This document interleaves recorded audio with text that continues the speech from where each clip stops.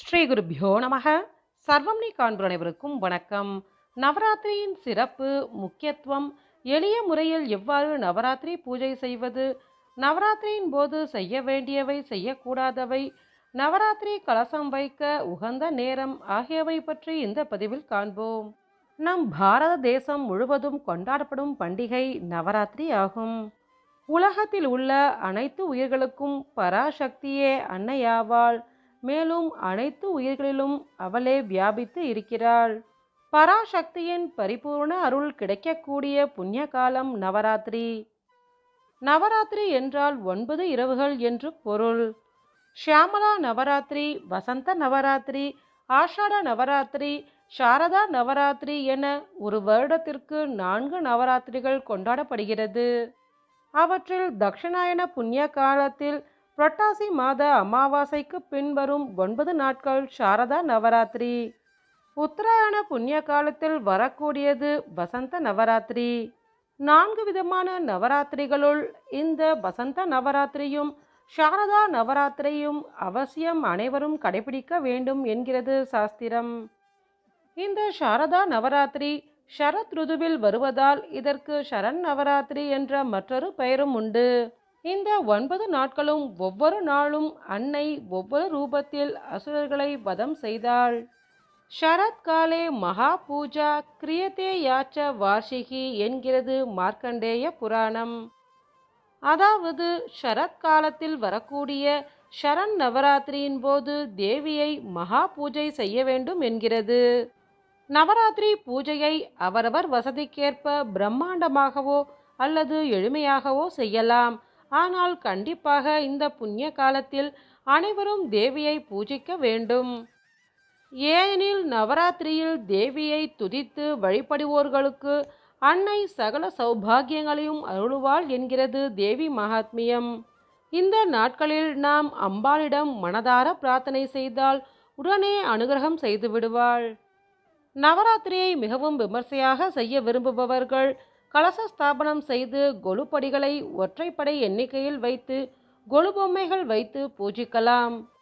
கலசம் வைக்கும் பழக்கம் இல்லாதவர்கள் கொலு படிகளில் மண்ணினால் ஆன தெய்வ பொம்மைகளை வைத்து வழிபடலாம்.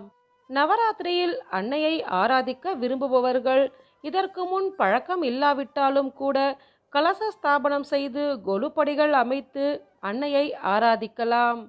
கொலுப்படிகள் வைத்தோ அல்லது கலசஸ்தாபனம் செய்தோ பூஜிக்க இயலாதவர்கள் அகண்ட தீப வழிபாடு செய்யலாம். அகண்ட தீபத்தில் அன்னையை ஆவாகனம் செய்து 9 நாட்களும் பூஜிப்பதும் விசேஷம்.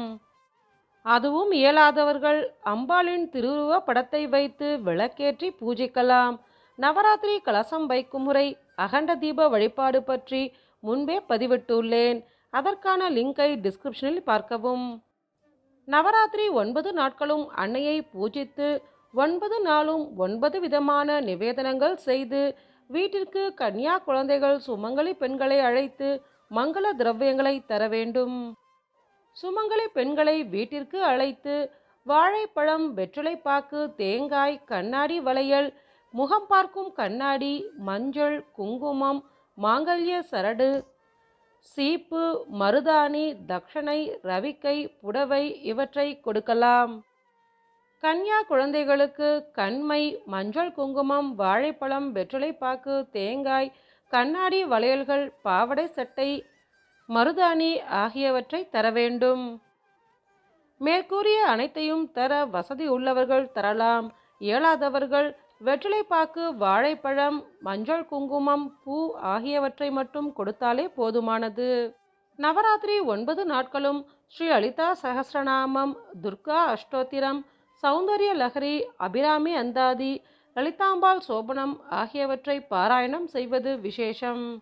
நீண்ட ஸ்தோத்திரம், ஸ்துதிகள், ஸ்லோகங்கள் சொல்ல இயலாதவர்கள் ஓம் ஸ்ரீ துர்காயை நமக என 108 முறை ஜபிக்கலாம். நவராத்திரியின் 9 நாட்களும் நவதுர்க்கை வழிபாடு செய்யலாம். நவதுர்க்கை வழிபாடு என்பது ஸ்ரீ துர்க்கையின் 9 விதமான ரூபங்களை வழிபடுவது ஆகும். நவராத்திரியில் நவதுர்க்கை வழிபாடு பற்றியும் முன்பே பதிவிட்டுள்ளோம். அதன் லிங்கை டிஸ்கிரிப்ஷனில் பார்க்கவும். மிக எளிமையாக நீங்கள் விரும்பும் தேவியின் எந்த ஒரு திருவுருவப் படமாக இருந்தாலும் அதை வைத்து மலரிட்டு விளக்கேற்றி அர்ச்சனை ஸ்தோத்திரம் என்ற நிவேதனம் செய்து பூஜித்து அருகில் இருக்கும் தேவியின் ஆலயம் சென்று வழிபடலாம். அன்னைக்கு அர்ச்சனை செய்வதற்கு அவரவர் வசதிக்கு ஏற்ப மலர்கள், குங்குமம், அக்ஷதை கொண்டு அர்ச்சனை செய்யலாம். நவராத்திரியில் இயன்ற அளவு தேவியின் ஸ்தோத்திரங்கள், ஸ்துதிகள், ஸ்லோகங்கள் ஆகியவற்றை பாராயணம் செய்வது மிக சிறப்பான பலனை தரும். நவராத்திரிக்கு முன்பே வீட்டை சுத்தம் செய்ய வேண்டும். வீட்டின் வாசலில் மாவிலை தோரணம் கட்டி நிலைப்படிகளில் மஞ்சள் குங்குமம் வைத்து வீட்டில் அரிசி மாவினால் மாக்கோலம் இட வேண்டும். பெண்கள் தினந்தோறும் மஞ்சள் தேய்த்து குளிப்பது விசேஷம் என்ற போதிலும் மற்ற நாட்களில் முடியாவிட்டாலும் நவராத்திரி நாட்களிலாவது அவசியம் மஞ்சள் பூசி குளிக்க வேண்டும். கண்ணாடி வளையல்கள் அணிந்து முடிந்தவரை பாரம்பரிய உடையில் பூஜை செய்வது நல்லது. பெண்கள் அம்பாளை போன்று எப்போதும் மங்களகரமாக இருக்க வேண்டும். ஏனெனில் நவராத்திரி சமயத்தில் இந்த மங்கள திரவியங்களை நாம் எடுத்துக்கொள்வதால் அது நம் வாழ்நாள் முழுவதும் அனைத்து மங்களங்களையும் நமக்கு அருளிக்கொண்டே இருக்கும். நிலையான சௌபாகியத்தை எப்போதும் கொடுக்கும். நவராத்திரி காலத்தில் தேவி எந்த ரூபத்திலும் நம் வீட்டிற்கு வருகை புரிவாள். அதனால் நவராத்திரி காலத்தில் வீட்டில் தேவையில்லாத சண்டை சச்சரவுகள், வாக்குவாதங்கள் ஆகியவற்றை தவிர்க்க வேண்டும். நவராத்திரியில் முதல் நாள் மாலை 6 மணிக்கு பிறகு கொலு பொம்மைகளை அசைக்கவோ மாற்றவோ கூடாது. கொலுவிற்கு அழைப்பதில் ஏழை, வசதியான பெண்மணி என்ற வித்தியாசமும் பார்க்கக்கூடாது. நகங்களை வெட்டக்கூடாது. கொலு சமயத்தில் வீட்டிற்கு வரும் பெண்களையும் குழந்தைகளையும் வெறும் கையோடு அனுப்பக்கூடாது. அன்னத்தை கீழே கொட்டவோ வீணடிக்கவோ கூடாது. கிழிந்த ஆடைகளை தைக்கக்கூடாது. கருப்பு நிற ஆடைகளை தவிர்ப்பது நல்லது. நவராத்திரியில் கலசஸ்தாபனம் மற்றும் கொலுப்படிகள் அமைக்க சிறந்த நேரம் 21/9/2025 ஞாயிற்றுக்கிழமை அமாவாசையன்று காலை 11 மணி முதல் 12 மணிக்குள் குரு ஹோரையில் கலசஸ்தாபனம் மற்றும் பொம்மைகளை கொலுப்படிகளில் வைக்கலாம். நவராத்திரி என்பது மிக உயர்ந்த புண்ணிய காலம். தேவி நாம் கேட்கும் வரங்களை அருளும் காலம். எனவே இந்த புண்ணிய காலத்தில் தேவியை மனதில் இருத்தி அவள் புகழ் பாடும் ஸ்தோத்திரங்கள், ஸ்துதிகளை எவ்வளவு முடியுமோ அவ்வளவு பாராயணம் செய்து முழு மனதோடு வழிபடுவோம். இவ்வாறு வழிபட்டால் தேவி செல்வ செழிப்பு, ஆயுள், ஆரோக்கியம், மங்களங்கள் என அனைத்தையும் எப்போதும் நிலைத்திருக்கும்படி செய்வாள் என்பதில் சந்தேகம் இல்லை.